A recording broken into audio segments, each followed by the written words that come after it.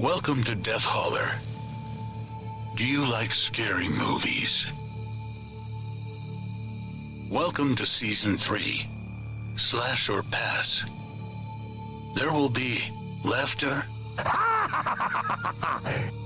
tears,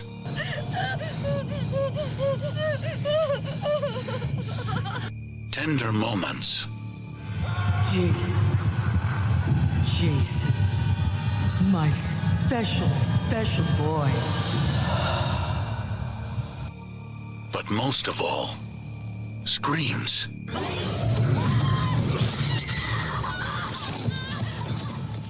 Remember, when you're in Death Holler, listener discretion is always advised. We hope you have a killer time.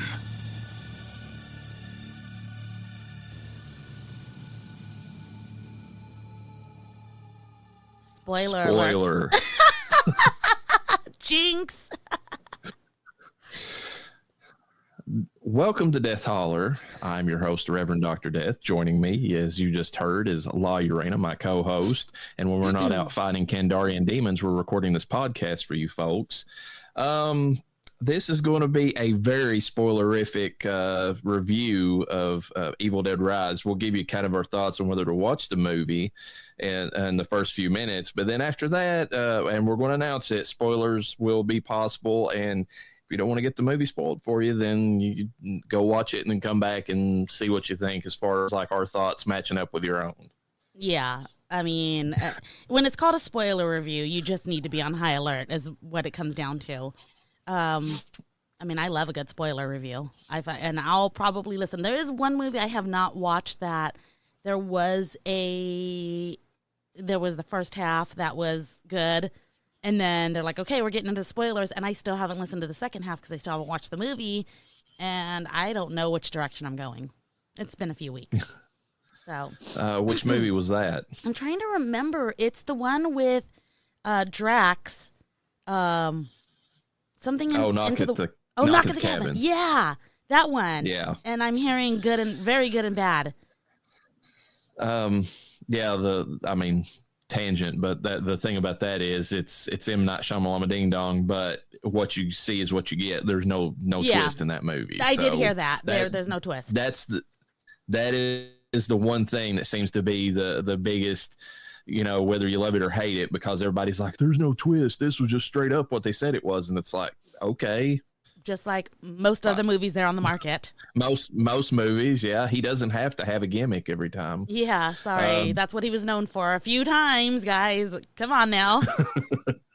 But again, Donnie G, this is a spoiler cast. Anywho, just your thoughts. Should our viewers, listeners, should they go out and watch this movie? It's a slash for me. I think you should go watch it, and I think you should see it in a theater.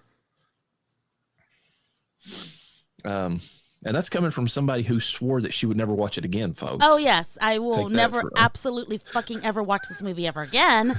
But you have to see this and you have to see it in the theater for the utmost of scares. I don't know how, because I brought my kids, and I think me and my son just mirrored each other. Like, our feet were up. My hand was across my mouth. I wish I had my husband here right now to tell you guys what he witnessed, because I had my hand across my mouth the entire time because to prevent me from screaming, or to prevent theater people from having to hear me scream or make any noise. I was the child you don't want to sit next to. My son did really well. I didn't hear him, and we were lucky we had a wall behind us before it went to the next row of people. I think that's good that they're starting to do that, because you get a lot of people that, I don't know, maybe they're a little more annoying. You don't want to sit directly behind them, see them move, squirm, do a bunch of stuff. So I had comfort in that. But other than that, yeah, I was clenching so tight through the whole movie that I actually was sweating. Like, I left with a bunch of back sweat. I didn't even have the seat heaters on because my body I was never comfortable in that movie at all. So. and on my side of it, and this is not to say that I disliked the movie, because actually I enjoyed it quite a bit, but there was one point where I caught myself drifting off. So, shit. That's lack of sleep more than anything, but still, it's I'm sitting there, I'm like, okay, as far as like the scares go, Smile actually got me worse, but as far as like, oh shit, but I did enjoy this. I'm going to throw this out there because this is not a spoiler, and I feel like this will ruin the movie for you if you go in there thinking this. The cabin scene that you see in the trailers is a bookend segment. Has nothing to do with the rest of the movie. Yes. So, but you need it. You need them. It does help set up a lot, and it actually sets up, a possible path going forward. So it serves a purpose, but just know that if you're going into it, it's like, oh shit, they went back to the cabin, and no, this is an apartment building. That's where you're going to spend all of your movie at. So, and I'm be aware of that. I liked that. Did you like the setting? The apartment building, I like how they set it up. Yes, I think, and we'll get into it in the spoiler part of it, but I do like the addition to the lore that they came up with, because going back to the original movies, they always set up the fact there was only one book, and and that sort of thing. So they added some things, but here's the thing for folks out there, and this goes to what Urana was talking about. This is not the original Evil Dead. All the goofiness with Ash that that people love, it is not there. This is more like the Fede Alvarez remake, but it doesn't seem to be directly connected to the remake. So take that as how you will. And if you're a fan of the remake, just be aware that I think the gore, even though it's there, and believe me, there's some real gore in it. I don't feel like it's ratcheted up as much as the remake was. Did you feel the same way, or do you even remember the remake? I can't compare to the remake, and I was going to ask you if we have to watch it, because I saw on the Dog Dies website that the dog dies. What are you talking about in the remake? In the remake. It's a 2013 I don't even remake. remember that part, to be perfectly honest with you. They said it was really well done. Like, they didn't physically show the dog getting beat to death. Okay, yeah, that's probably what happens in it. The remake shows a lot more body mutilation, and that's not a spoiler for that movie. It's just there, and I don't feel like this movie really amped that up as much. But what gore was in it was, for the gore hounds out there, it was serviceable. So. Yeah. Trying to think, the thing that it was for me and that doesn't bother you is I don't think possession bothers you. It gets me big time. Yeah. That's another trigger warning. I had somebody else ask me, they's like, if I'm really put off by demon possession movies, and this person said that they actually love the previous trilogy, if they, or the originals, because of, I guess, the humor and everything and the way they portrayed the Deadites, would this movie be any good for them? And I watched it, and I'm like, no. In fact, I mean, it's more along the lines, if that stuff triggers you, then I would even, quoting that TikTok meme of the black preacher, it's like, hell to the no, no, don't watch this. Yeah. It is definitely demon possession. Yeah, and the thing about it is, and I can't say that for any other Evil Dead movie, it's just like them. They don't fucking stop. No, I mean, it's the same, but I mean, it's more. I mean, like I said, they don't play up any of the goofiness of it like the original trilogy did. It's all like you're in this world, and it's, I mean, there's really no relief from the, what's going on. There isn't. My body got a full workout from sitting and clenching the entire time. So while that is, I do like being scared. Like, I left the theater shaking. It was, if you can't handle your possessions, and I absolutely cannot, I don't recommend it. Like, I have to be honest. Yeah, it's definitely along those lines. As far as me, like I said, that I don't know. Ghost movies tend to do that more for me than possession movies, and this is definitely along the line of possession. So I was just like, all right, whatever. But as far as before we get into the spoilers, would I, do I recommend it? Hell yeah, go watch it. I mean, it's good. There's no reason not to if you're a horror fan. I mean, we'll get into some of the complaints people are having a little bit in the spoiler cast, but I don't feel they're as blatant or as warranted as some of these folks are bringing out, and some of them are just outright wrong and like political ideology. I feel like as far as like what they're trying to bring up with regards to the movie. Yeah. I mean, this is not a spoiler, but neither one of us feels like it's woke. I mean, despite some of the claims out there. So if you hear that and that kind of turns you off, and I realize why you would be turned off by that, because Lord knows we've got too many woke fucking movies destroying, everything that's entertainment. It doesn't have, I mean, there might be woke elements to the movie, but they're not blatant, and they don't force them upon you. It's all about the horror, and it's all about the lore of the movie. They don't preach to you like some of these new movies do. I feel like the preachiest thing that there was in the movie, and this is definitely not a spoiler, so don't worry, is I saw the daughter making a sign for high school that said, "Make Earth Cool Again."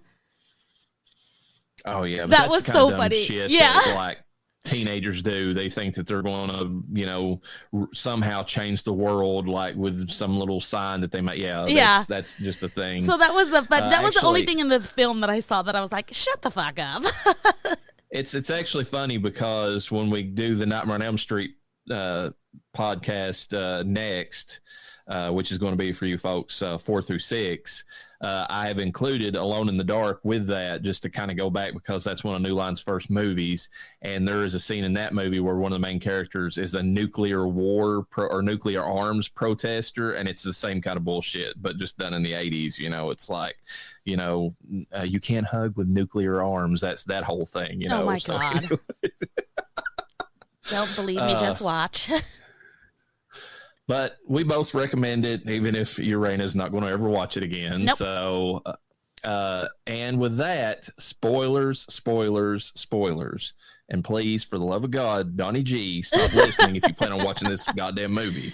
Yeah, sorry. Right. I don't even know how many minutes we're into recording, and he's going to be like, but wait. And it's like, no, we have to get to the good stuff. I'm sorry. All right. Now that we're in spoilers, I enjoy the fact that they expanded the lore in this movie, and I love the fact of how the book was introduced in this. What did you think about that? I thought they did really well. It was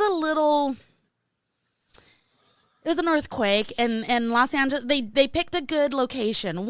They picked a good location for what we were dealing with in terms of poverty. You could tell that the family was in a little bit of poverty. It was a single mom household with 3 kids, although I don't see how a woman like her could afford even the apartment she was living in.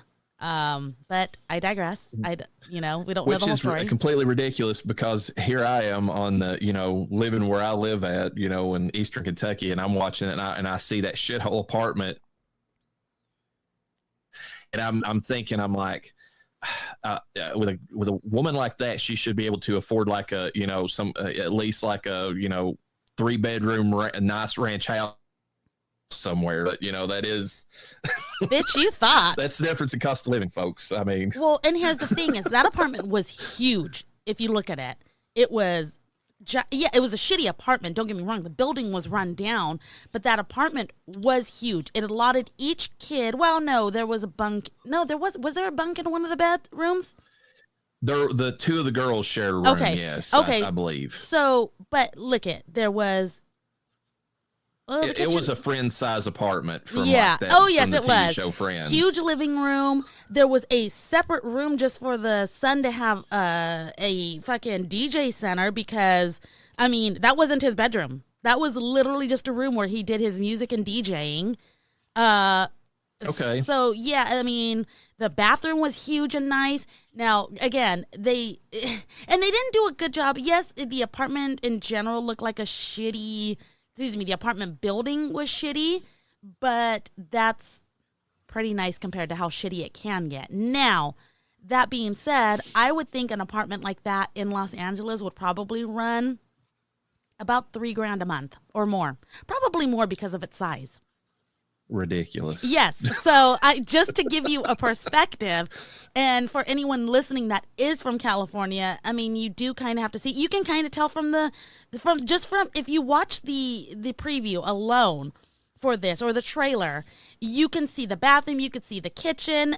Some of the stuff is a little bit state of the art, and maybe she had accomplished that a little bit while she was married. So okay, great, but. Yeah, and you have to assume by the movie too that she's a tattoo artist.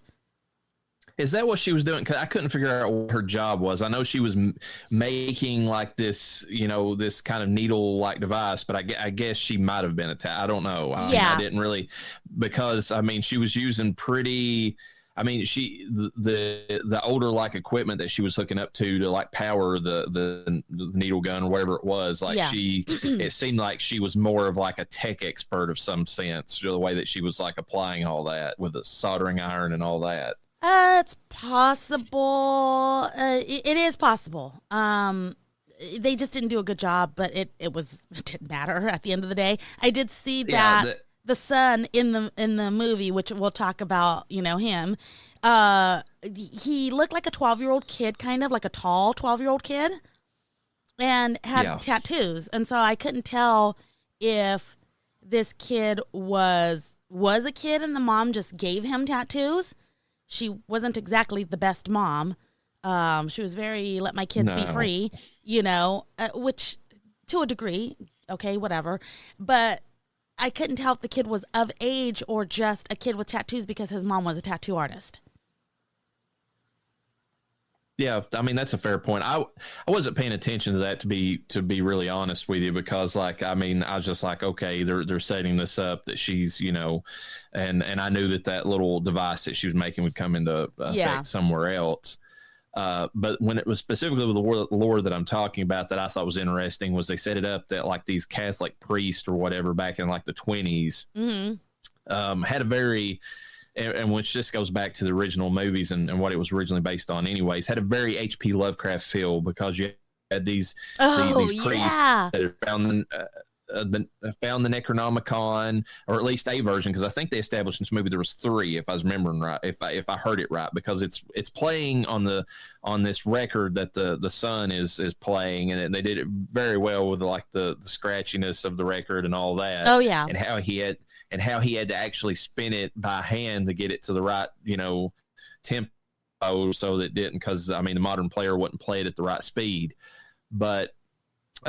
It was like they mentioned something about there was 3 versions of the Necronomicon, which basically set up the fact that Ash should still be in this universe because his version was one of the 3. Okay. And they found one, and they basically it was entombed within this like underground vault that was released by the earthquake, as we were discussing earlier.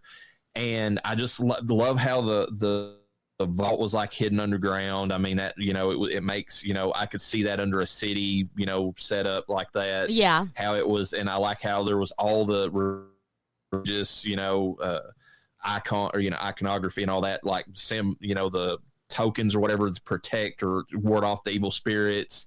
They had like the Latin written in the background over top of the basically it's like it's not a mausoleum, but whatever the area that was holding the Necronomicon, they had like sanctum whatever behind it, like in Latin, like these prayers over it. And I just love that whole setup. It was like, okay, this is like a good way to kind of establish that they didn't have a way to defeat the Necronomicon or do anything with it, so they had to just wall it off. And then the kid finds it because he gets to snooping or whatever, because he sees the ground's broken up after the earthquake. It's weird because it looked like a mausoleum, and then all the crosses hanging above it. Yeah. That was, and then they had like the medallions of whatever saint, there to kind of Saint Christopher or whoever, like on top of it too. And I got a question though. Yeah. Okay, so it is well established that nothing in this movie. Hold on, I gotta let my demon dog out. Give me a second. Okay.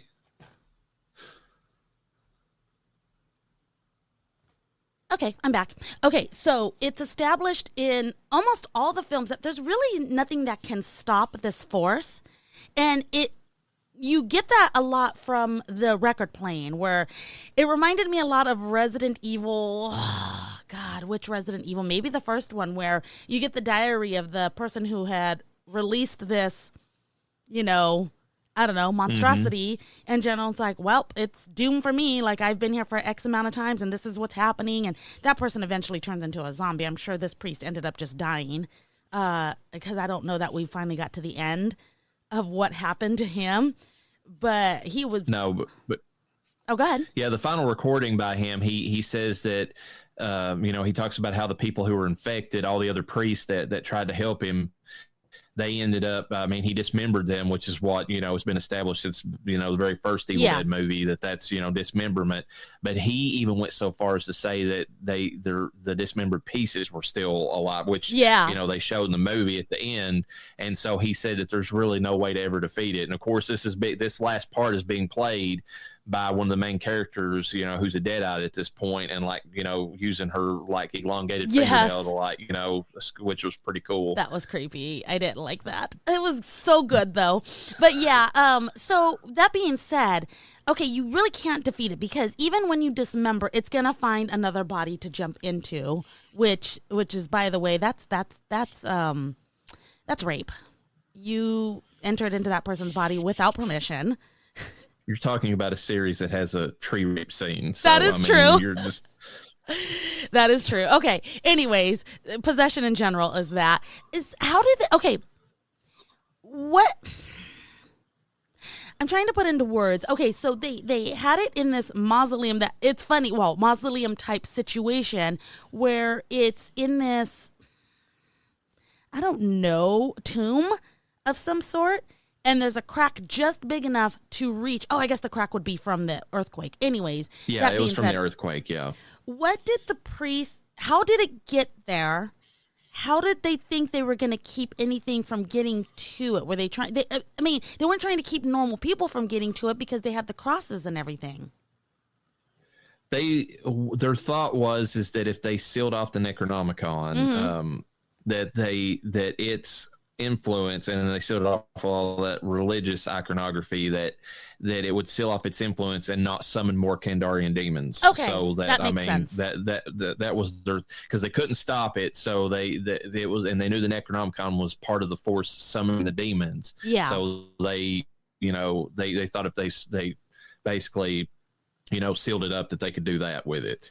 Okay. And it kind of fits the established lore in the series, because it's the disappearance of the Necronomicon from part 2 and 3 that kind of removes the demonic threat, because it gets all sucked back in time. And then Ash has the opportunity to completely destroy to use the Necronomicon or to do like a binding on it or something like that. But he fucks up the spell when he originally picks it up and unleashes the Necronomicon, demon stuff to begin with. So it's kind of like he's both the one who's supposed to end it, and he's the one that starts it at the same time. Yeah. Okay, so that it is known, and I'd be surprised if at this point nobody knew. I haven't watched every single, Evil Dead movie.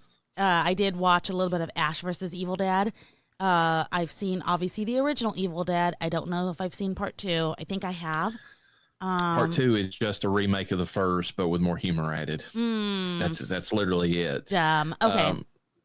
It's actually a good movie. It's just, it's literally a bigger budget, redo of the first movie, but they do go through at the end of part 1, the demon makes its way into Ash. So you think, okay, or even our hero gets possessed. Yeah. But in 2, they established that he is a chosen one because he's the only person who has ever fought the demonic presence back off. Yeah. And was able to regain his own humanity again. Which is interesting. Yeah. And what I wanted to start with in terms of this conversation of me not seeing all the movies is, let's start with the book. What did we think about the look of the book? Because you started off with how we got to the book. It was a Los Angeles earthquake that rattled seemingly just the area of where they're at, which is this shitty rundown apartment building, which, by the way, is getting condemned. It's getting condemned, and they're going to level it. Yeah, Yeah. that's what they've said. It's stated in the movie. So that's where we're at. What did we think about the look of the book before we even get into the look of the demon?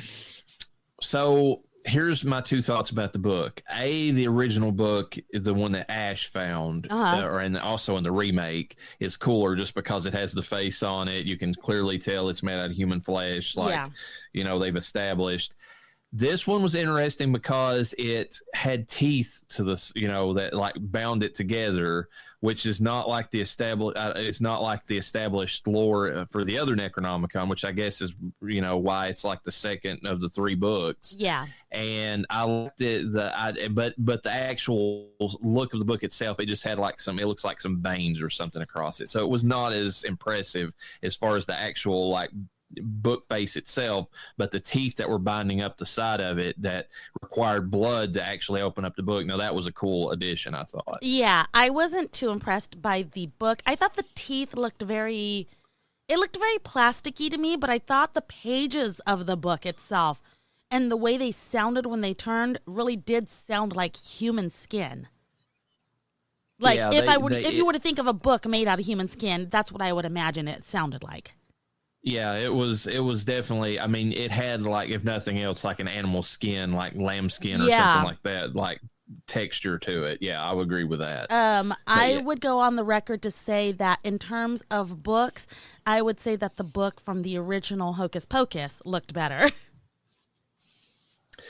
I would agree with that. Yeah, but just because, on the outside. But it's also, but that book is also very much in the vein of like the Necronomicon from Evil Dead. Yes. So it kind of fits from the original Evil Dead, I should say. Yeah. So, I mean, it kind of fits that way. Okay, so now we've got this kid that, it's always some dumb kid, that after an earthquake decides to go underground because he sees a vault. And long story short, he sees some cool shit. He finds some records. He's a DJ, so they establish the story very well. Or he's an up-and-coming DJ. He wants to be a DJ. And he goes underground, dumbest shit ever. I don't know. I feel like no person in California would do that. They set up a good reason why he initially went down there, because they established it was a bank vault. They established his mom was broke. Oh, yeah. And that his mom had no money, so they didn't know where they were going to be living at here at the end of the month whenever they were condemning the building. So in theory, he was going down there to see if there was any old money that was in that vault so that he could maybe like use that to like get another situation. True. Okay, so he goes down there. He gets it despite hearing weird shit. He gets the book. We see the book. We've just talked about it. It did not take long for the mom to get fucking possessed. No, it's like the original movies that way. I mean, and I'll give them this: the original movies, the person in the group, both in the remake and in the original movie, who ends up finding the book, has worse motivations than the kid does, because they literally go down the basement. They find the book there and a tape recording, and due to sheer curiosity, they play it, and and then they fuck everything up. Yeah. The kid had the curiosity, so that matches, but he also had a reason to go down to the vault. That's true. Which was a little bit more altruistic than just like, hey, we're fucking around anyways, why not? They set it up really well. Yeah, definitely. Question: would you, out of curiosity, if you were in some cool ass cabin, the Scooby Gang gets together, they do that trip they finally want to do, and it's a nice cabin, not a rundown looking cabin, okay? We made it, and we have a decent looking cabin, and we find something like that. Are you doing it out of curiosity? Fuck no. Exactly. I've seen too many horror movies. I'm not doing that. We don't fuck around with Ouija boards around here, so we're not going to fuck around with that stuff either. We're all going to go home if somebody whips out one of those, so I don't care if you call your dick a Ouija board. If you whip it out, I'm going home. I will say, though, I mean, that would be the book. The tape recording and the record's a different story, because my curiosity would be piqued. And that's the one that gets you in trouble, because that's the one that actually summons the demon to begin with, because that's the one that's got the incantations on it. Yeah, so which is why I'm very hesitant about playing it. I didn't like it. I did cover my ears when they were playing it. That's how effective this movie was, is that I really felt in my heart that by covering my ears, I was protecting myself. You need to go back and watch the remake sometime, because the remake has the same thing but done like in a tape form, and it would probably have the same effect on you. I've definitely seen the second one if there's a tape involved, because I remember a tape being involved. Well, wait, didn't the first one have a tape, or what was the first one? The very original had a tape, but I'm saying the remake is very close to it. But it's like this movie. It's like, I mean, everything you hated about this movie as far as the demonic stuff, the remake has that, and probably worse, I would say, to be honest with you. So, but yeah, the possession of the mother is really quick, going back to your statement there. But I kind of feel like it is in all these movies anyways. Yeah. I mean, it's like, I thought for a second they were going to do, like, they've had the tree rape scene in like both the original movie. I think they might have shown like a scene of it in part 2 or something similar. And in the remake, they definitely had it. I thought they were going to do that again with a mom in this one, in the elevator, because they had the cords, like the electrical cords, like snaking around her. And I thought for sure they were going, but they didn't. They held off on doing that this time, which is they separated it from the others. Yeah, I don't know if it's a good change, I mean, or bad change, depending upon your point of view, but it's definitely a change from all the other movies that way. Yeah, why did they have to chain her up like that if there wasn't going to be? Now, the actress herself did say, she made it appear that, look, I was in this to win it. She's just a model. She's not even really an actress. And she was like, look, if they had done it, I would have, but... She's primarily known as Princess Oslog from the Vikings TV series. Oh, so she has done that. Okay, the article I read didn't even talk about that, to be honest with you. She's really happy to do this horror film, and she did say, she's like, I'm glad they didn't do the rape scene, but she made it seem like, but if they did, I would have done it, you know? Yeah, I mean, so getting into that, I mean, because we're just going to scattershot with this stuff, and I mean, we might as well discuss it. Her as an actress, I mean, I want your thoughts on this here in a second, but here's my thoughts on her. She did a really good job conveying the scenes, and I will say this, I think she's conveying the character, and I think she's actually one of the best deadites I've seen in a movie, even counting the remake, because she was like the portrayal that she went with, and a creature in a meat suit that didn't really know how to control. So every time that she moved, it was like it wasn't moving the way that a person would, more like a skinwalker movement. Well, it was like and they broke her. Well, they broke all her fucking bones because, like,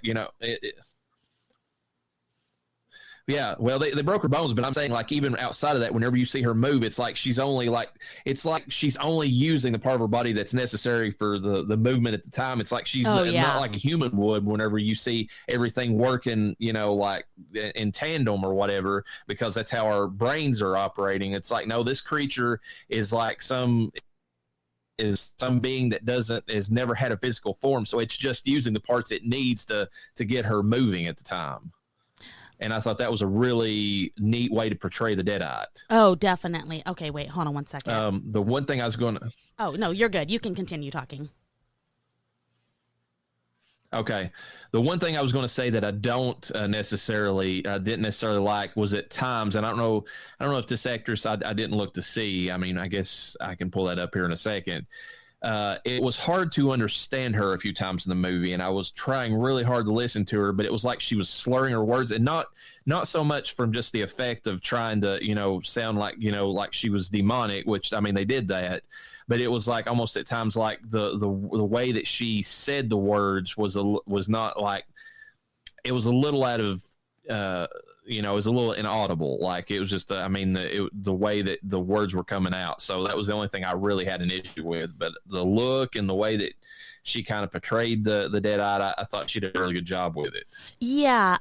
In terms of her speaking, I'm going to say right off the bat, one thing they established, and they did a good job at establishing a lot of things in this film, but then it kind of ebbed and flowed. So... yes, they did a good job of setting up, but then it wasn't consistent.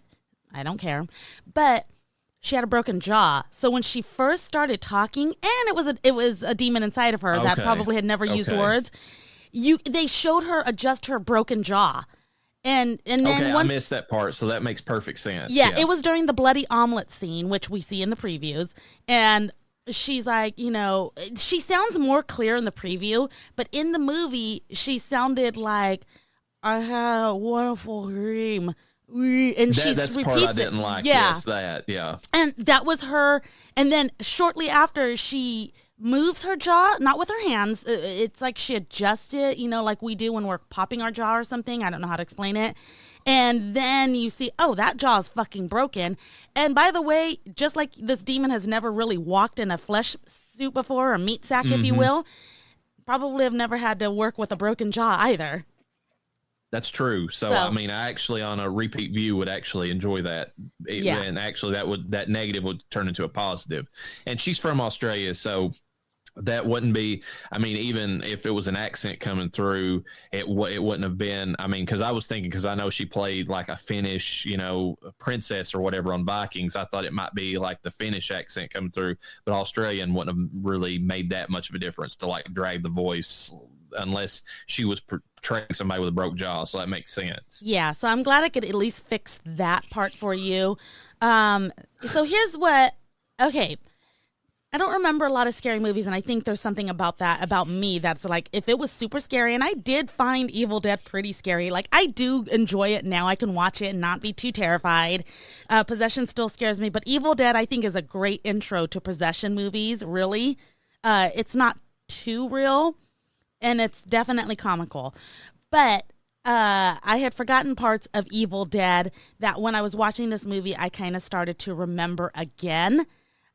And one of the things specifically that got me in this film is the fact that it can possess other people as well, on top of the one that's there. Yeah, usually anybody, and it's inconsistent on who gets, who gets possessed, and that's the one thing that the series has never really established, how, because usually if somebody, their skin gets like do that, they are possessed or like. Reverend, hang tight for a minute. My internet is acting stupid, and I didn't hear a damn thing you said. Okay, hold on, that sucked because I was like, oh, he's getting into it right now. Hold on, I'm gonna mark the time so I can edit this. And then, okay, so right after I stopped talking about how they can possess anybody, and then you started talking, but it really got. Yeah. Let me see. Say a few words. I saw you were frozen, so I figured something was up. Yeah. Okay. Well, you're better now. So can you please get back into that? Okay, so what I was going to say is, in the original movies, it's pretty inconsistent on whether or not, like, who actually gets, possessed by the Deadites, because it's usually if you're attacked by a Deadite and you've got broken skin of some kind, like it's almost like a virus enters the body or something like that. You see the people slowly, like a lot of the characters start getting corrupted, like the daughter did in this movie, where like the actual place where they were attacked starts to, like, you get the black, corruption coming out of it, kind of goes in the veins, and then they become a Deadite. And that was even established in the original series, but it's not consistent, because some of the characters, like in this movie, for instance, like the final girl, she ends up like getting her leg, with a cheese grater scene, which was pretty graphic, and actually, rough to watch.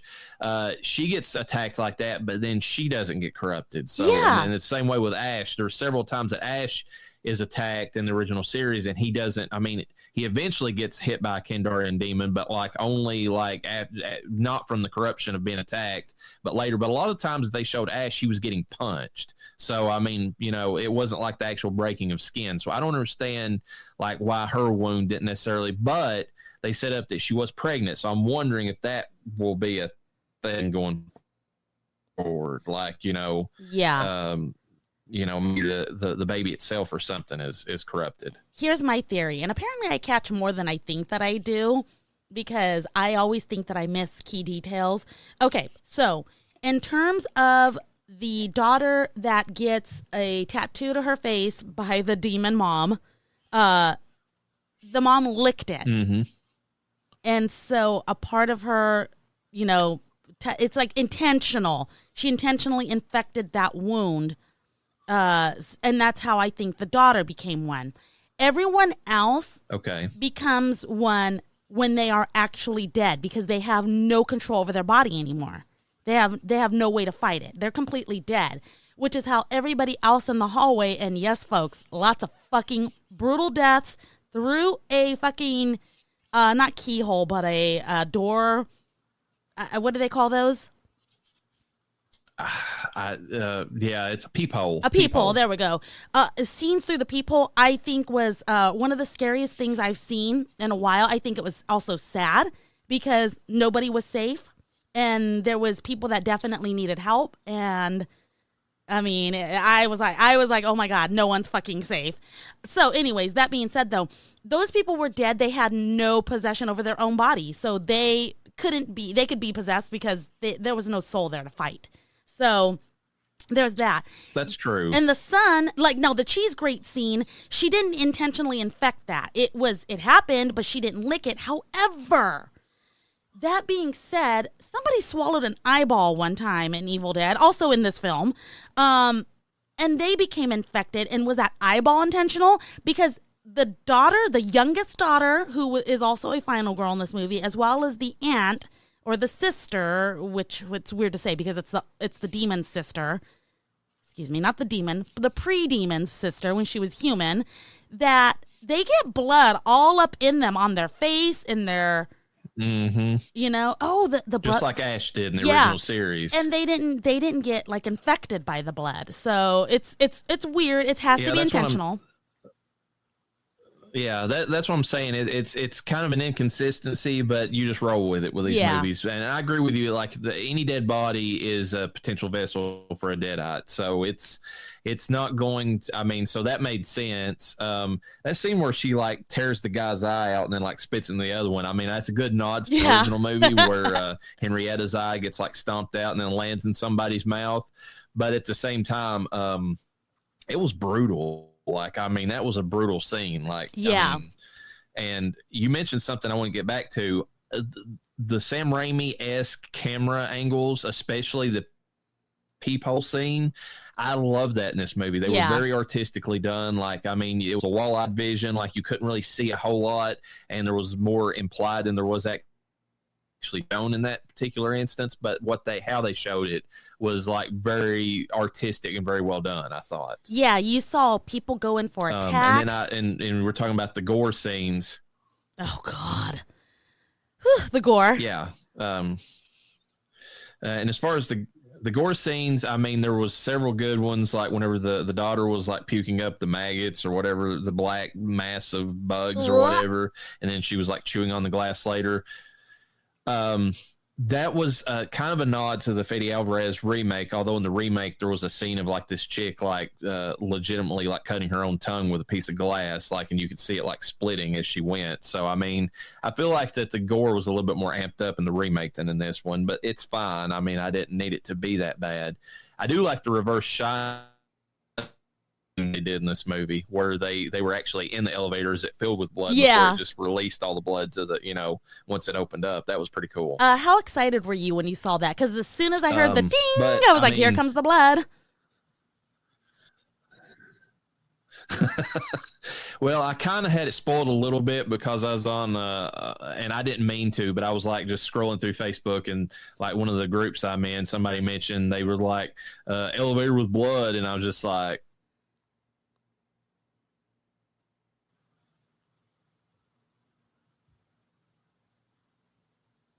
are you back? I'm back. Yeah, I could hear you. I heard elevator with blood, and then I was and then it went out. I was like, what? What did you see? Okay. What did you hear? No, what I was saying is I just saw somebody mention that there's an elevator of blood, and I was like, okay, and I think they might even said The Shining, so I was completely waiting for that scene whenever it happened. And it didn't ruin it. I was prepared for it. I did want to discuss some things though, because before we, I don't know how much more we're going to do with this. As far as I love the Thresher scene though at the end. If we're going to keep talking about the gore, because that's a good way to deadites. Yeah. when her head was left or whatever, and they did that funny line where she was like, you look like mother, and then she's like, fuck you, and she's basically kicks the head into the thresher. Yeah. I love that scene where she's got the chainsaw or she's got the shotgun and she pulls an ash where she looks at the massive, like, and that too, like the whole mass of bodies with all the limbs and everything coming after, and because that's not been any of the movies so far. It's like, you know, come get some or whatever. It was like a total ash line that they added in. Good nod back to the originals. But so what are your thoughts on the acting in the movie? Because I bring that up because I've seen some complaints online saying that the actress who plays, you know, like the mother who becomes possessed, everybody thinks that she did a fine job and she was good, but they said that the final girl is flat in her delivery. I didn't feel that, but I just want to know what your opinion was. I have to disagree. Yeah, I don't think she was flat at all. I mean, she came to get help. And here she is doing the helping. She, like, can you imagine? Like, even if I was prepared to go defend my sister, I couldn't do what she did. I don't think. I think I would become a deadite in a moment's time. Not intentionally, I don't think it would work out that way. But in terms of delivering, they're trying to imply that she doesn't like.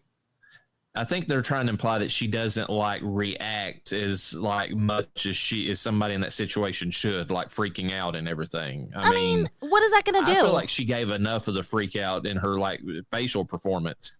Yeah, facial definitely. She didn't scream. She didn't go crazy. She didn't lose her mind. She looked more defeated before she was defeated, you know? Yeah. Like, how am I supposed to deal with this? You could tell that she was in a bad place in her life and that sort of thing. You could tell that she was in a bad place and that she was just dealing with the shit as it came to her. And I don't know. I didn't get that feeling. I thought that she did actually a pretty good job. I mean, if anything, I feel like the only character in the movie that kind of hit me as flat was probably the daughter, if anything. Like, I felt like she didn't really give as much of a reaction as I felt like she should have. The youngest daughter?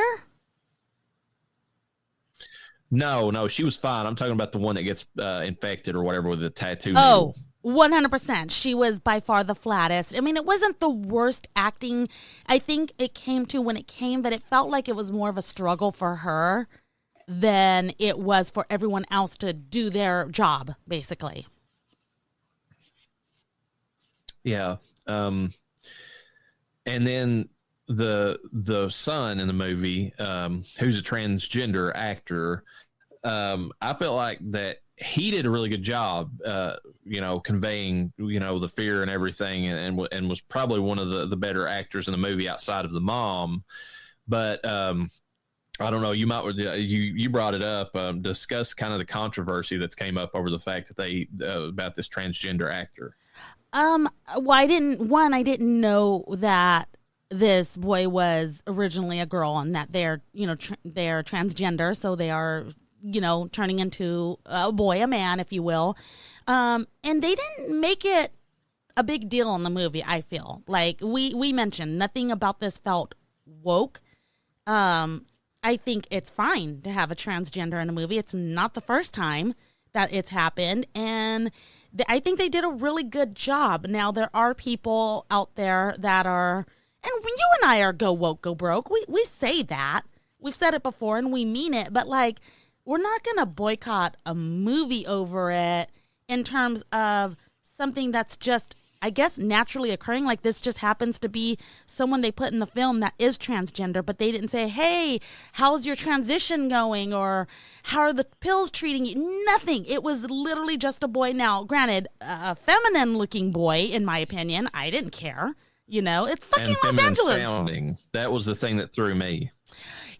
I didn't get that at all. But I also thought this was a kid.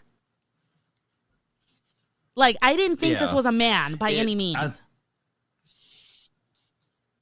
I think that's what added to it was the fact that the person was supposed to be younger. So that helped, like, the more feminine sounding voice. It was distracting that it brought me a movie, but I heard it. I'm like, that's a that part. And like, yeah, I mean, whenever I saw it later, I'm like, okay, that explains it to a degree. But 100% agree with you. They didn't bring up anything about the transition. They didn't bring up anything about any of that stuff. And I'll give you an example. I mean, even so, there's a movie that came out a few years ago, maybe in 2019, called, I think it's Assassination Nation. And like one of the characters that is transgender. And it's a point in the movie, and they actually bring it up. I mean, but they don't bring it up in the sense of making a political point out of it. It actually fits the context of the movie, because what's happening in that is that everybody's like information has been like leaked on social media, and so like people start like killing because like their worst secrets are out there, and like, you know, for everybody to humiliate them with. And like the transgender character in that has been sleeping, you know, with the like some of the football players, or at least one of them.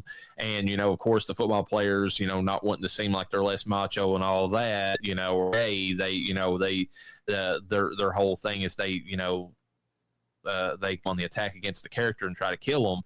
And it actually makes sense in the context of the movie. So I really had a problem with that. And I don't have a problem with the transgender in this movie. I don't understand. I mean, if they were preaching to us, yes, that would be stupid, and it doesn't even fit the plot of the movie, but they don't even mention it. It's like not brought up at all. Yeah. So I can't believe I've heard that people are walking out of the theater shouting, "Go woke, go broke." Now, is this just people making it up to make it seem like we're not accepting a transgender in the film? It's possible, because that has happened before, where it's like you want to show how intolerant people are, especially on a specific side of the political field. You want to be like, oh yeah, they're the worst, and they're just walking out of this film and blah blah blah, especially over the whole Budweiser controversy. Yes.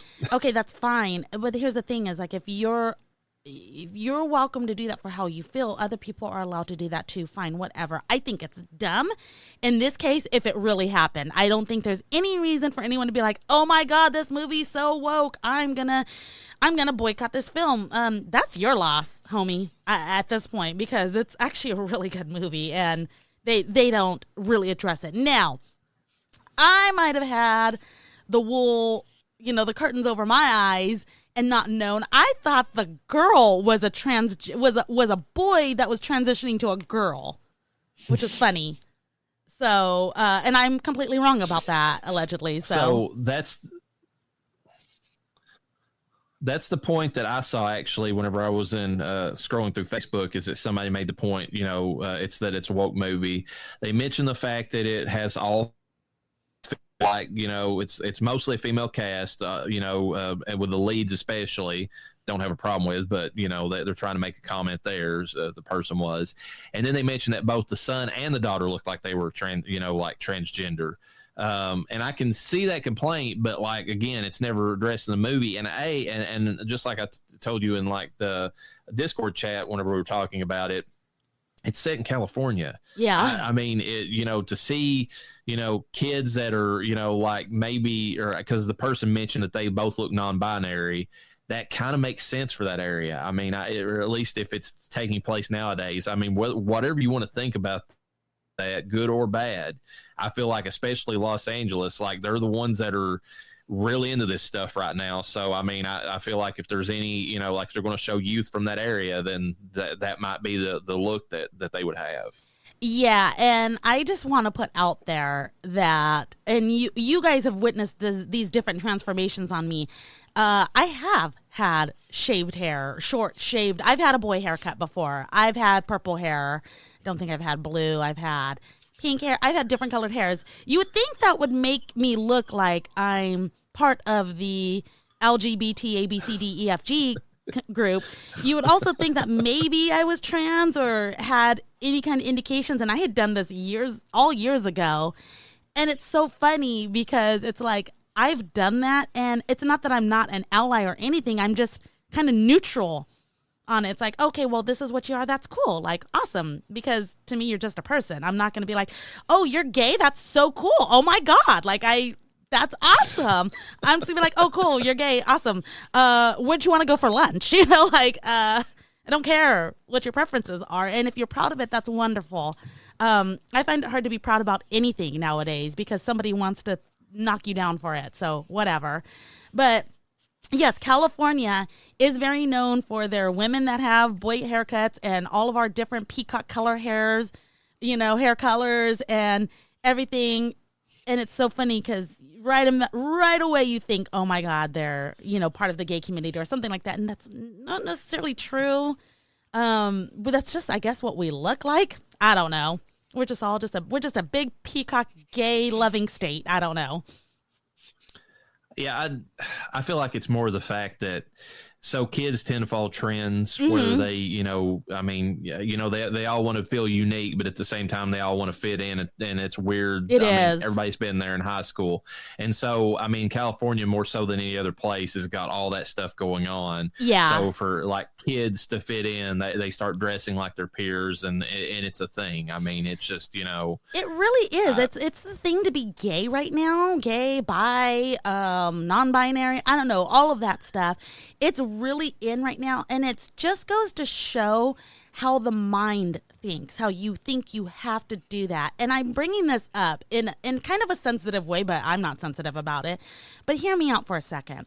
I have a son who's been recently diagnosed with autism, and this is why I'm bringing this up, is because he just has, his brain works differently, and he wants to be a people pleaser, but he goes with what makes him feel good and only what makes him feel good. And he doesn't care if it makes other people uncomfortable. That is how he is in his human form. Whereas the rest of us that think that we have a normal functioning brain, we are not autistic. We're the ones who think, oh my God, I have to do this. I have to be this weight. I have to look like this. We have all these social pressures, if you will. Even into our age, we can't age, blah, blah, blah. And we let that affect us in one way or another. If someone is affected by something in terms of a social issue or image issue, whether they think it or not, whether they think they care or not. But then I have this kid, and he's like Nona's like, oh, why don't you, my daughter, who's very, going through that right now in high school. Oh, you can get both your ears pierced. He's like, I don't want to get both my ears pierced. Like, oh, you can do this. And well, I don't want to do that. And he's like, no, I'm a boy. She's like, you can think like how you want to. He's like, I know. And I'm a boy. And that's just, he doesn't care. And he's not being insensitive to the fact of how my daughter is. That's just how he is. And we need to kind of be a little bit more understanding of people are allowed to think how they want to. If you want to follow the trends, that's fine. That you do you, but if anyone else isn't, you need to fucking leave them the fuck alone, Yeah, I agree with that 100%. Also, the fact that, we have a real bad problem, at least here in the States, and I feel like we're the worst ones for this from what I understand from other countries and what I've heard from other countries, that you're not allowed to, if you're not allowed to think anything, outside of, whatever's considered, culturally appropriate and all that. There's, and it's kind of stupid because the sense that, you can think however you want to. You don't have to sit there and harass people or hurt them or anything like that, but you're entirely, obliged to your own opinion. So, there's, and it's the problem with people coming in there and saying, well, you can't think this, or you're this way, or you're this, or you're that. And it's like, no, I'm entirely entitled to my opinion. It might not be the right one, but you don't have the right to tell me how to think, and I don't have the right to harm you. So it works both ways. Yeah, it's becoming a little crazy. And like I said, going back to the film, because that was a tangent, I think they did a good job of including, yes, this is in California, this is how it is. It is. There's no lie at all detected. But I think they did a good job of not shoving it down your throats or anything, It was very natural, and I think that's kind of how things should be, just like, let it be natural, let's not force anything on anyone. What this movie did to me, however, was force fear down my throat. Like an eyeball just like shoot up and spit right in your throat. Into my throat, down the throat hole. It was not a good time. God, there was a little bit more I wanted to go over. I wanted to discuss very briefly before, because I know we're getting to the end of this, and this was getting towards the end, a couple of things. The hallway. The hallway was the hallway from hell. I'm on the hallway to hell, okay? They need to make a song of that. the deaths that were involved in that hallway through the peephole, and the child dying, that fucking got me. Yeah, that was the one that died right in front of the camera, if I remember right. And then just remained dead in front of the doorway the entire time. Mm-hmm. Just in the background, just hanging out. Just laying there. One thing that's related to that hallway from hell, which is another complaint I've heard, and I want your thoughts on this, is there's complaints out there saying that the movie about the midway point, around the time that the hallway deaths occur, and then right after that, they say that there's nothing that really goes on in the movie for a good bit before the end ramps things up again and then finishes out. I don't agree with that. I feel like it does a pretty good job of establishing some, like you go back in there and you have the main character, the final girl, hearing the lore that of what went on and all that. The only complaint I would have about it is I feel like they could have, if they would have restructured the story a little bit and had her like somehow got the lore before that, then there wouldn't have even been the lull time that there was, because they jumped right into it, and then they had that moment, and then they were like kind of there, and then they're like, well, shit, we didn't establish the lore, so let's add it in, and I feel like it worked fine, but at the same time, if they restructured it and had all the lore established first, then they would have never had that downtime. But I think the biggest complaint people are saying is that the Deadites, outside in the hallway, just kind of sat out and cooled down for a bit for, just so that exposition could happen, and then and then started ramping things up again once it was delivered. So what's your thoughts on that? I'll agree that, yes, the Deadites were they weren't Deadites yet. I think they were just meat sacks, not being used for anything at all, which is fine because she didn't need them at that point. I say she about the fucking demon, she is a she, who knows what the fuck it is. It might identify as a male, who knows? Might not identify as anything. But anyways, moving forward, I think that she knew that, one, there's another demon in the house, and it's coming to fruition, which was the daughter turning into, which, by the way, brings up another point. Who the fuck, during something like this, who separates? Well, white people, that's for sure. They were white, but they separated. I would not, as the aunt, would not let those kids out of my fucking sight. You're going to stay by me. Oh, I got to go listen to this real quick. Y'all motherfuckers just, I know she didn't want to have them hear it, but she was using headphones. Well, yeah, you have a point about the headphones, but also I think she was afraid that when she listened to that there would be more demonic stuff happen, and she was afraid it would be centered around the record. At least that's the context I got in the movie. I understand that, but what if it didn't? What if it happened where the kids were? Well, that's true. I mean, but it's you have fair points, but at the same time, within the context of the movie, trying to put yourself in the character's point of view, I think she was assuming that it was somehow centered around the book and all that stuff was around her, and that if she kept the kids as far away as she physically could, which is in the room, because I mean they did a good job of establishing they were trapped in the place they were at. There was no real escape from where they were at. Yeah. So, and I don't know what she would have done once she found out that the middle daughter was possessed. I don't know what you're supposed to do. Like, you can't kick her out, and they can't kill her. I don't know. There is so much desperation in this film that I was feeling the entire time. What else did I want to bring up? The hallway. We talked about the kid dying in the hallway. They did use those bodies when the time was necessary. I thought it was creepy when they're all screaming "Dead by Dawn." That was which cool. is a very good callback to the original series as well. So I didn't like that. Okay, there was a cat in the film, and you knew I was going to bring it up. Yes, the cat does not die in the film. The cat has a very short cameo in the film. Just so everybody knows, the kitty also does not have a name. I have named him. If I can scroll down to where I was at. Oh, there he is, right there. He's Clifford Pawsbury, and this is his first acting gig, and he did a great job.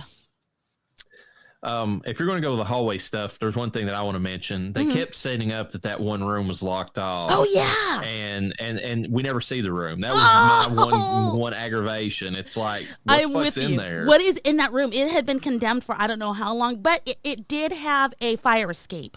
They said something about that room would lead them to the fire escape, but why did they, why did they block it off?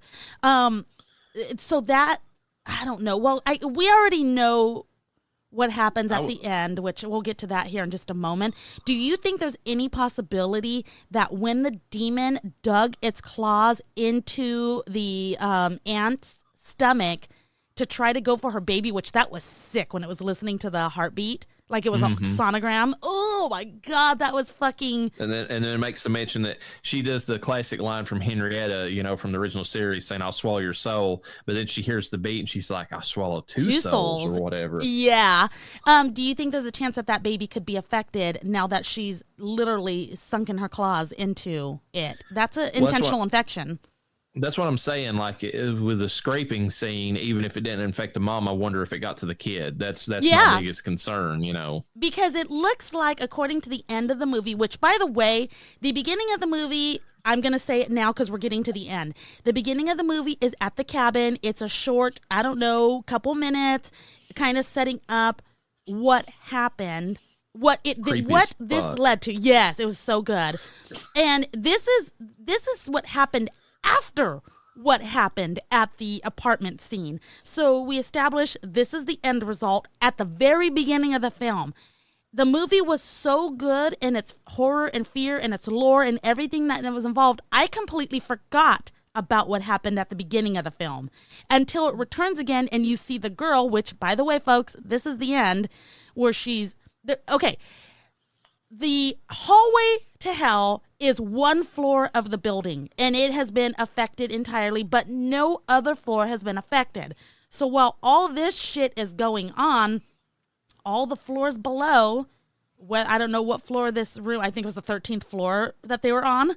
They were on the 13th floor, yeah. So all the floors below and above were not affected, although I would say the floors above would be affected because they can't use the fire escape anymore. On one side of the stairs because the stairs have fallen down, like on the 13th. They have collapsed, and everyone below must not have heard anything that was going on, or didn't. I don't know. Anyways, so they weren't affected. The shotgun blasts were the only ones that wouldn't have made any sense. But it's LA, so when they hear guns, I guess they just have to tune them out. I don't know. And this looked like a pretty shitty part considering that garage. But anyways, so we see somebody from the apartment building excited to go to her party, which was the first scene of the film. Wasn't much of a party, but whatever. And she's on her way to pick up her cousin, and she notices all the gore, and then, big shocker, the demon rapes her in the mouth. So he's found a new meat sack.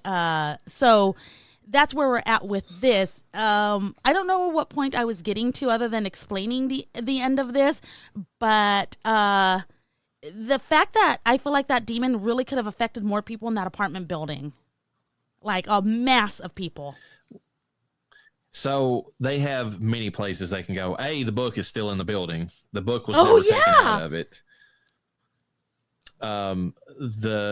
Wherever they went to with the cabin is now infected. That area is, which could be the cabin. It could be how it actually got to the cabin in the remake. That could be what they were setting up with that. Or something similar. Although in that one they established that the guy had found the Necronomicon while he was out, so that could be a wholly different thing. But anyway, so they've got like the setup wherever the cabin's at is being infected, is an area where the demons are at now. They've got the whole high rise that the original was in that could have all kinds of stuff affecting it. And then I don't know. I mean, there's multiple places they can take it from here, and then they could always work it back in the Ash versus the Evil Dead, because to my knowledge, they're still in the same universe. And to go one further, Raimi has said in the past that Drag Me to Hell, which he is working on a remake to, or not a remake, but a continuation of, that takes place in the same universe as the Evil Dead movies. Wow. So we'll see if that ties in somehow to this. Yeah. You also mentioned the multi-body, if you will, the the The blob. abomination, as it Yeah. were. Yeah. And several movies have been brought up, and video games actually, for that thing. I was thinking The Thing. I thought The Thing as well. It looked like something from that movie. Yeah. There was, oh God, I forgot what page it was, and I'm not even going to try to look for it right now. Bloody Horror Disgusting, or Bloody Disgusting Horror. There we go. Bloody Disgusting, yeah. And there's a page on Facebook. I don't think you're on it, at least not the one that I'm on.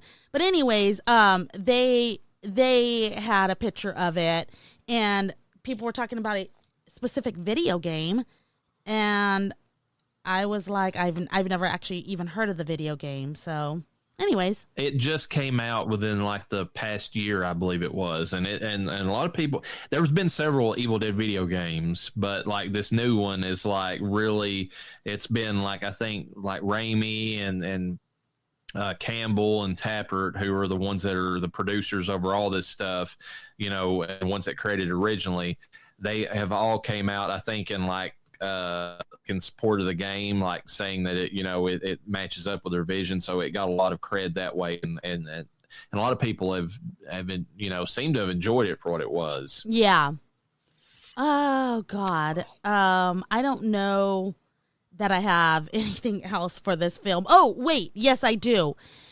Last thing I want to discuss that I could think of at the moment is, can we talk about how the actresses look like each other? The girl at the beginning who was infected, the infected mom, and then the mom's sister. I think they did a really good job with casting, although I don't know why the girl at the lake party would have to look like any of the other two. That's your racism showing. You can't tell white people's faces apart. No, the sisters they did look very similar. I will agree with that. Yeah, the sisters look like sisters. They didn't look like, because sometimes you get sisters that look, or brothers that look just too much like each other, and it's like, wow, again, no DNA test necessary. But sometimes you get a brother and sister, or sister and sister, vice versa, that look just enough like each other that it's like, well, they're definitely related. And these two look like they were definitely related, even though they're not. Now, the girl at the beginning, it's like they had a thing. My theory about it was the skinny face you look more gaunt when you're possessed if you're skinny enough. Yes. It's kind of like your body's rotting and you get that decrepit, like, like your flesh is shrinking in type look or whatever. Mm-hmm. Anyways, yeah, that's all I have. Do you have anything else? I was just going to go over the trivia that's on IMDb. Some of it's pretty cool. Let's do it. So the film was originally meant to release exclusively through HBO Max via direct-to-video streaming or direct-to-streaming, but it performed so strongly during test screenings, that's why they decided to release it theatrically instead. Oh, thank God, because I seeing this in the safety of my house wouldn't have had the same effect. No, it was way better on the big screen. They used 1,720 gallons of fake blood in this movie. Ooh, okay. What movie have we watched recently where they used a shit ton of blood and we were like, yeah, it was a Nightmare on Elm Street, wasn't it? Nightmare on Elm Street, yes, the because of the one? scene with Johnny Depp. Yes. Funny you say that, because this movie was, if you noticed, a New Line Cinema movie. I did not notice that. And also, when the teenagers came to ask the daughter if she wanted to join them, they were getting ready to have a Freddy marathon. If you didn't catch that, I did catch that. Yes, and I was like, "Oh shit! I just did that." Yep, I thought that was pretty cool. So it was shot in chronological order, which we've established from The Devil and Daniel Webster that hardly ever occurs. Like, most movies, it's like, they shoot out a sync to whatever, they can get at the time, whatever's convenient when the actors or as far as the locations available. But in this one, apparently they shot it, how you see it in the movie is how they shot it. So. Wow. It's not common. No, it's not common at all. The pizza place in the movie is called Henrietta's, calling back to the character from Evil Dead 2. Yes. On, let's see, the Extravision podcast, Lee Cronin, the director, revealed that all the characters' names were named after actors that had previously appeared in the Evil Dead series. Yes, there was a Bruce in there for sure. Although I don't know who Danny was, because Danny was the transgender boy. That might have been the name. I've not looked at the Evil Dead cast in a long time, but that could be the guy who has like the eyeball in his mouth or whatever in the first movie, and like the blonde-haired guy that turns into the demon right after that. Let's take a look. Real quick. Let's see if it shows me. Dan, while you're looking that up, I'm going to throw this out there. That he also revealed that the name of the building that the movie takes place in is called the Monde, Monde, and that's an anagram for demon. Oh shit! I did not know that. It's the only Evil Dead film not to feature the 1973 Oldsmobile Delta 88 which is Sam Raimi's old car that he's had in every single thing that he's filmed, including the terrible Multiverse of Madness movie, the Doctor Strange movie. I say terrible because I didn't enjoy it, but some people did. Yeah, which is funny because in this apartment building, that car would have sat just fine. Yeah, and the car that they had that the family was driving almost looked like it was some take on that, but like a more station wagon version of it or something. It had the same coloring and all that. Yeah, like I feel like that car could have fucking easily rammed through that gate, but then they probably risked fucking blowing the radiator or something, and they just couldn't take that risk. So yeah, it barely started, so that's true. It kind of made sense. The fact that it started genuinely surprised me. I'm gonna say that. Yeah, most movies they don't. Yeah, so that's a good point. The director did confirm that the cat survived. So There you go, folks. I also got confirmation that he would never harm an animal in a film, allegedly. But I guess he wasn't part of the remake. Sam Raimi would not hurt an animal. But Sam Raimi was only a producer on this. He wasn't like... Sam Raimi's been a producer for like most of this stuff for a long time, because producing, like, they literally have to do nothing other than sign, the rights, because they own the rights. They just have to say, okay, you can play in my universe, just give me money. That's all they have to do. Okay, but what about Bruce Campbell? He's the same. I guess because he worked with, was in all the previous movies, Raimi like gave him and Rob Tappert are both like producers along with Raimi. They're like, if you want to say co-owners, so they do the same thing. It's like, if you want to do anything Evil Dead, even if it doesn't involve Bruce specifically, like he gets a cut of it. That's awesome. Which is cool for him. Yeah, and not only that, but I bet you he owns Ash. Like he just owns it. I bet you that's just, like there's no, like even, I wonder if Sam Raimi even has, I'm sure he has some rights to it because obviously it's his creation, but I'm pretty sure he's just like, here you go, Bruce, because this is you, because you made Ash, Yeah. Yeah, exactly. He made the character. So, funny thing is, he was actually, even though he wasn't in this movie, his voice was. He was one of the priest that was in the background during the recording saying, "Destroy it. It's called the Book of the Dead for a reason." So he's actually in the movie. Awesome. I love it. What do you think of the female version of Ash in this movie? I thought she was amazing. I thought she was cool. Now, if you go back and watch the remake, they did establish another female version of Ash in the remake, and the actress was good in that, and she actually was a Deadite for most of the movie, which was a change on everything. She was the Deadite in the basement that they had to fight throughout the entire movie, and then like she overcame the corruption. I guess she's like the second character outside of Ash that did. But the actress, for whatever reason, didn't want to be typecast as one of those, with all that bullshit. And so she never went on to do anything major afterward. And then that killed their plans for, like, making her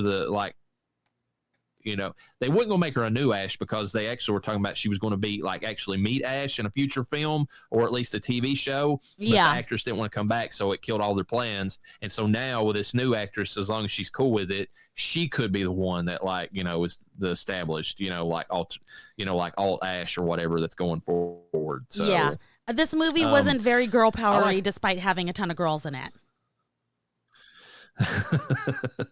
I think this is cool. The director, whenever he said that was Bruce Campbell's cameo, said that, and this is canon because he's saying it, that actually could be Ash himself saying to destroy the book, because Ash, does time travel. Oh yeah.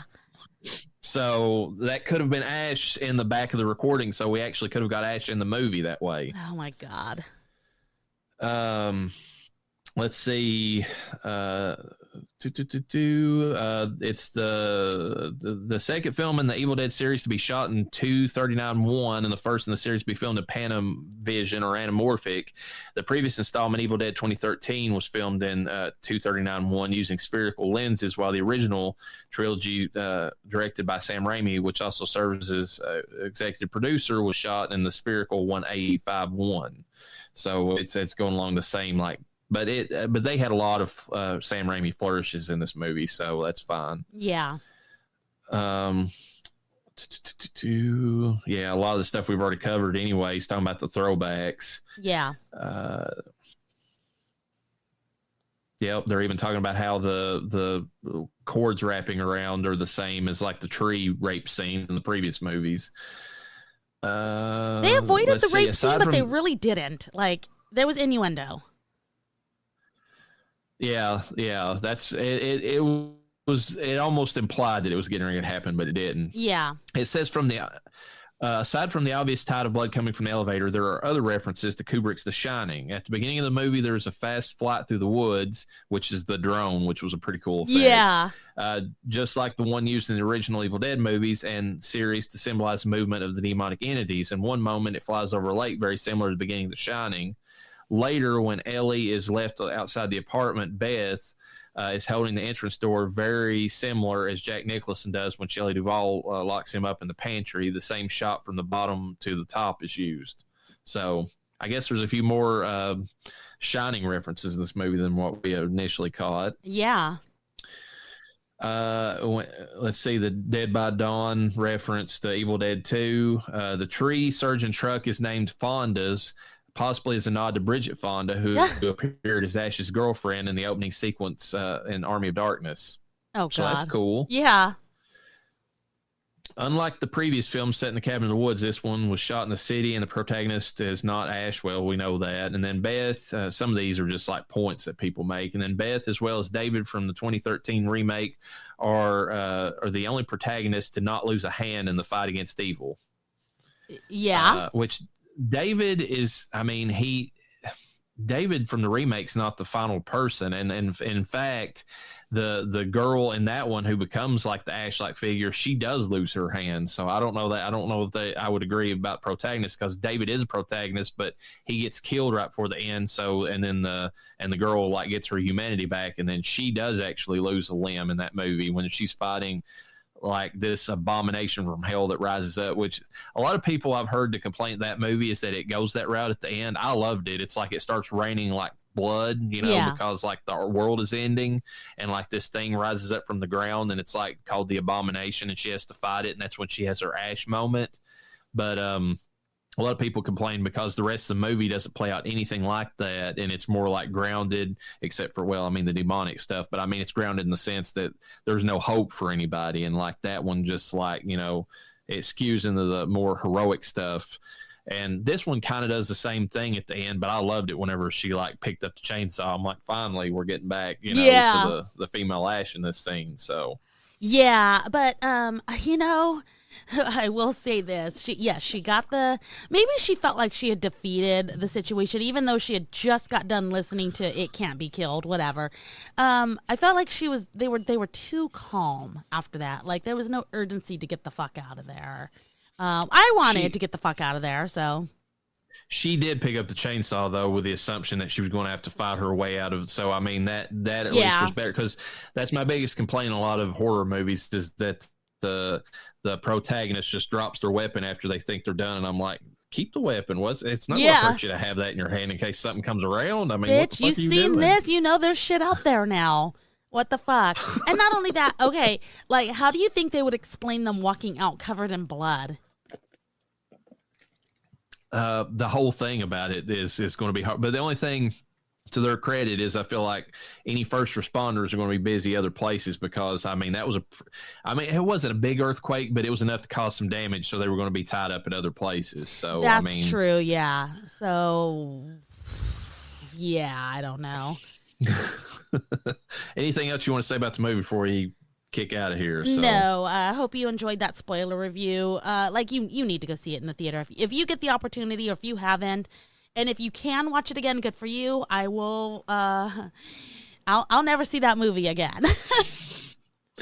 Are you going to, whenever we cover the Evil Dead series, you're going to at least watch the remake? Even yes. though it's like this movie? Okay. Okay. Yeah. I mean, I have to. And I haven't seen it, so I have not even heard comparisons between the two yet. So I'll try to steer clear of that. The only thing I know about the 2013 remake is that the dog dies in it. But people were like, look, like, yes, and you hear it suffering, but you don't see anything. So I'm like, okay, well, I guess I'll just have to mentally prepare myself for that. That's what I'm most concerned about, if you want to know where my head is. So, yeah, there's a company out there, and I can't remember the name of it. It's Angel something or other that, like, is a Christian company that, like, cuts out, like, nudity and, like, cursing and stuff like that in movies. They need to make the horror version of that where they cut out, like, the animal death scenes for like horror fans that can't deal with that sort of stuff. I don't like it when there's death scenes, like, or animal death scenes in movies. Believe me. That's the one complaint I have. I mean, this is a tangent, but, like, there's a movie called The Medium that came out on Netflix. And there is a horrible scene in that movie where, and I'm saying this is a spoiler so people can know, where a little lap dog gets, like, boiled alive, and you can hear it, like, screaming out as it's being, and I'm like, fuck this movie like this. I mean, and the worst thing is, and this, they threaten a baby the same way in the movie, right at the same time they're doing that, the dog gets killed, and I hate to say it, but I was freaking out more about the dog. Yeah, I was like, I know they're not going to do the baby. I know they're not going. I know they're not going to kill the baby, but they're going to kill this dog, like, for the shock of it. Well, and now that begs the question: how did they get those dog screams? What did they do to get those doggy scream noises? Well, I will say this: and I can't remember the country, so this sounds horribly racist of me, but it's not Thailand, but it's like some, it's close. Oh God! They set up in the movie that, I mean, like, one of the family members, is called a hypocrite because, like, she owns a family pet, but she serves dog meat, like, at her, like, little restaurant that she has, because apparently they eat dog there. I mean, that's the, that's what Westerners, make fun of about Asian cultures, is they eat cats and dogs. Yeah. And, and so, like, her family pet's the one that gets, like, killed by the demonic possessed person. Yeah. Because, like, she refuses to, I mean, like, she's being a hypocrite about keeping one. So, I mean, but, like, don't farmers eat hamburgers but still have cows? And yeah, they work. They're for milking and everything, but, like, look at, just saying, it happens. It's just a thing, and I don't know. We'll have to. I know, for instance, Cody always likes a good alert on movies that have an animal death scene, so he can avoid that movie, or at least the part that's in it. So yeah, we always try to get the rut row if we can on these type of things. Well, at the very end of this podcast, we're here to tell you the cat survives in Evil Dead Rise, so you can watch it, Cody. You can watch it. Yeah, you just get to see even a kid get killed in the movie, so there you fine. go. I mean, it's fine. The kid comes back to life. It's cool. It's cool. All right, everybody, join us for the next podcast when we cover Nightmare 4 through 6. And with that, peace be with you. And with your spirit.